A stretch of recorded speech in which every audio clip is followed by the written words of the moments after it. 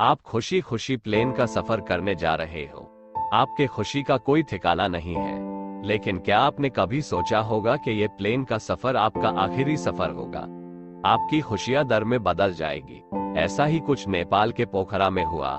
यति airlines की flight 691 Kathmandu से 27 minute की यात्रा के बाद नेपाल के टूरिस्ट सिटी पोखरा में उतरने से ठीक पहले रविवार को दुर्घटनाग्रस्त हो गई। सवार सभी 72 लोगों के मारे जाने की पुष्टि की गई है। कोई सर्वाइवर नहीं मिला। पायलटों का कहना है कि उड़ान भरने के लिए नेपाल एक चैलेंजिंग जगह हो सकती है, लेकिन दुर्घटना के समय स्थिति अच्छी थी। कम हवा, साफ आसमान और टेम्परेचर फ्रीजिंग से काफी ऊपर था। तो ATR 72 विमान के दुर्घटनाग्रस्त होने का क्या कारण हो सकता है?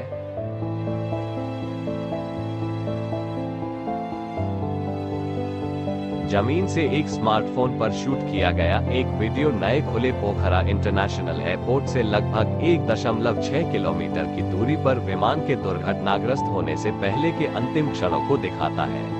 एक अनुभवी पायलट अमित सिंह ने कहा कि लेफ्ट विंग के अचानक गिरने से पहले विमान की नाक काफी ऊंची थी, जो संभावित स्टॉल का संकेत देता है।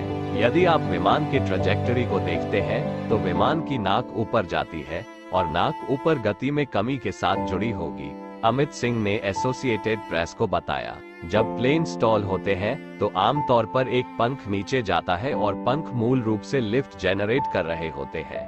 इसलिए जैसे ही हवा का प्रवाह कम होता है, जनरेटेड लिफ्ट विमान को उड़ान में बनाए रखने के लिए इनफ नहीं होती है और पंख गिर जाते हैं और विमान नीचे गिर जाता है। एविएशन सेफ्टी एक्सपर्ट और ऑस्ट्रेलिया के एवरलो एविएशन कंसल्टिंग के फाउंडर प्रोफेसर रॉन बाटश ने सिडनी के चैनल 9 को बताया कि उन्हें भी लगा कि विमान एक स्टॉल में चला गया है। उन्होंने कहा कि जमीन से इसकी निकटता से पायलटों को लगा जैसे उनकी स्पीड ज्यादा थी। उन्होंने दुर्घटना से ठीक पहले वीडियो की रिव्यू करने के बाद कहा कि विमान एक एरोडायनामिक स्टॉल में प्रवेश कर गया था, जो पॉसिबली पायलट की गलती थी।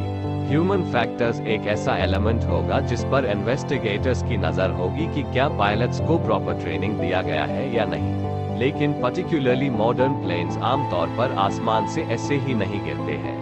ये संभव है कि विमान के इंस्ट्रूमेंट्स में किसी प्रकार की टेक्निकल फेलियर ने पायलटों को खराब डेटा दिया हो, लेकिन फिर भी एक स्टॉल से रिकवर किया जा सकता है। टेक्निकल फेलियर्स को संभालने के लिए पायलटों को ट्रेन किया जाना चाहिए। नेपाल के एविएशन इंडस्ट्री का सेफ्टी और ट्रेनिंग के लिए एक खराब ट्रैक रिकॉर्ड है।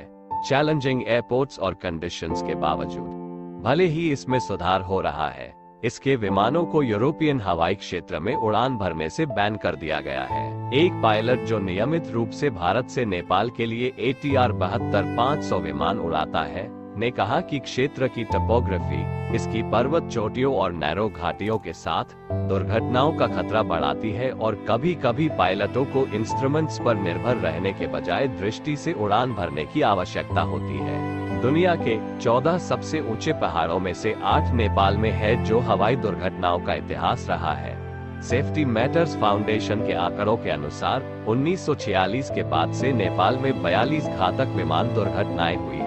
नेपाल के सिविल एविएशन अथॉरिटी की 2019 की सुरक्षा रिपोर्ट के अनुसार देश की हॉस्टाइल टपोग्राफी और विविध मौसम पैटर्न प्रमुख चुनौतियां थी, जिसके परिणाम स्वरूप छोटे विमानों के लिए दुर्घटनाओं की संख्या भी हुई।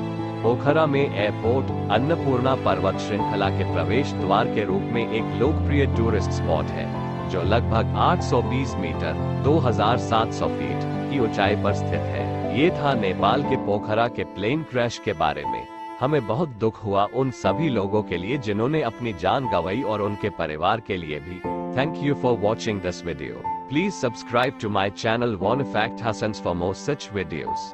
Don't forget to share, like, comment. Thank you.